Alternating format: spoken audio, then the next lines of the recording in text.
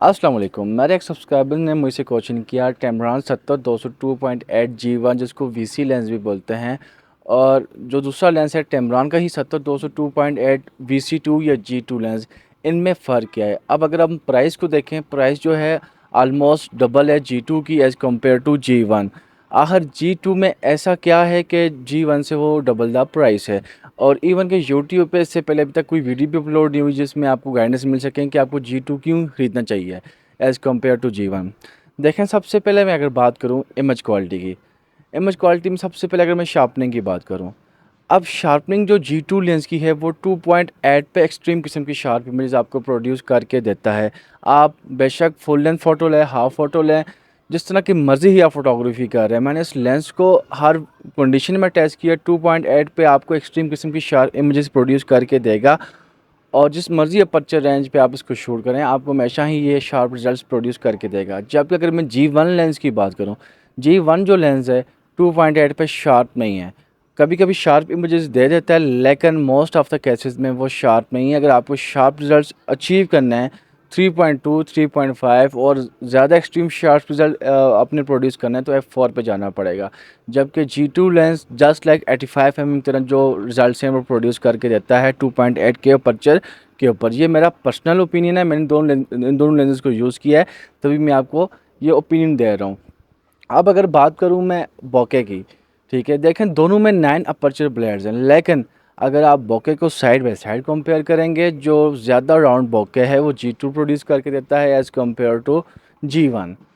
अब एक मिथ है या फैक्ट बोल सकते हैं आप इसको, आप दोनों लेंसेज को सेम बॉडी पे सेम सेटिंग पे 2.8 पे यूज़ करें, जो G2 लेंस है उसमें 2.8 अपर्चर पे आपको थोड़ी सी ब्राइटेस्ट इमेज देखने को मिलेगी as compare to G1 lens.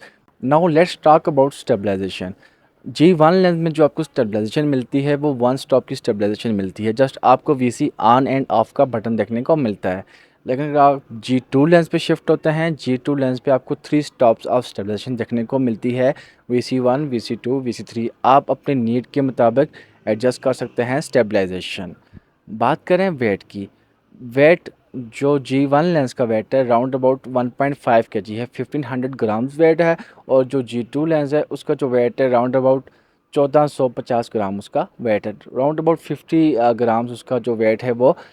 अब मेन चीज़ आ जाती है फोकसिंग, क्या फोकसिंग इम्प्रूव है या नहीं। देखें, दोनों की फोकसिंग बहुत ज़्यादा इम्प्रूव है। मैं आपको एक जनरल सा आइडिया दे देता हूँ। अगर आपके पास G1 सीरीज़ का 70-200 24-70 28-75 कोई भी लेंस है, आप उसकी फोकस मोटर रिपेयर करवाने जाए मार्केट में, वो 3000-3500 रुपये की रिपेयर हो जाती है। लेकिन अगर आप G2 लेंस की जो मोटर है वो रिपेयर करवाने जाएँ, राउंड अबाउट आप अपने माइंड में 40,000 का बजट रख के जाएँ उसकी मोटर को रिपेयर करवाने के लिए। अब एक 3500 की मोटर और एक 40,000 की जो मोटर है, उसमें फ़र्क तो होगा।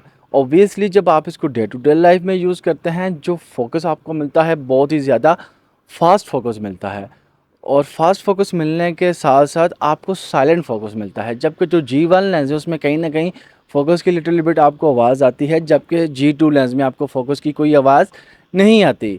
अब बात करें कि जो मेटल माउंट है वो आपको किस लेंस में मिलता है, G1 या G2। G2 लेंस में ऑब्वियसली आपको मेटल माउंट मिलता है। जो G1 में जो माउंट है वो काइंड ऑफ मेटल माउंट नहीं है, कोई थर्ड पार्टी माउंट आपको देखने को मिलेगा।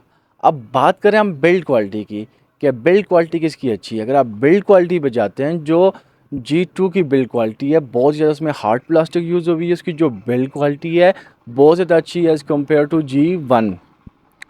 अब बात करें हम प्राइस की, कि प्राइस क्या है। अब अगर आप पाकिस्तानी मार्केट में न्यू लेंस G1 बाई करना चाहते हैं, 95,000 टू 98,000 रुपीज़ का आपको इजीली मिल जाएगा। और अगर यूज़ में आप ये लेंस लेना चाहते हैं 10/10 प्लस कंडीशन में, 60,000 का ये लेंस आपको मिलेगा। इसी तरह अगर आप G2 लेंस लेना चाहते हैं, G2 लेंस 10/10 प्लस कंडीशन में तकरीबन 1,10,000 1,20,000 रुपये में इजीली देखने को मिल जाएगा। और न्यू लेंस राउंड अबाउट 2,20,000 इतने कॉस्ट कर रहा है। क्या G1 से G2 पे आपको शिफ्ट होना चाहिए या नहीं होना चाहिए। देखें, अगर आप एक प्रोफेशनल फ़ोटोग्राफ़र हैं, ना कि एक हॉबीस्ट फ़ोटोग्राफ़र हैं, तो ऑब्वियसली आपको G2 लेंस पे शिफ्ट होना चाहिए। क्योंकि आपके ये जो फोकसिंग के इश्यूज़ थे G1 में, इमेज क्वालिटी के जो इश्यू थे, जितने भी इशू थे वो G2 ने रिज़ॉल्व करके आपको दिए हैं। और इवन के G2 टेम्ब्रॉन की इतनी फेमस सीरीज़ है कि इसको लोग इतना पसंद करते हैं कि जैसे निकॉन के, कैनन के जो अपने नेटिव लेंसेज हैं उनको छोड़ के ये लेंस बाय करते हैं। क्योंकि अगर आप देखें जो टेम्ब्रॉन का 70-200-2.8 G2 लेंस है वो निकॉन के VR2 लेंस को टक्कर देता है। और इस तरह अगर कैनन में जाएँ तो वो IS3 लेंस को टक्कर देता है। आखिर इसमें ऐसी कोई चीज़ तो है कि लो प्राइस में ये इतने ज़्यादा कॉस्टली लेंसेज को टक्कर दे रहा है। जब आप इस लेंस को खुद यूज़ करेंगे आपको आइडिया हो जाएगा आखिर G2 सीरीज़ है क्या। आई होप सो आपको समझ लग गई होगी।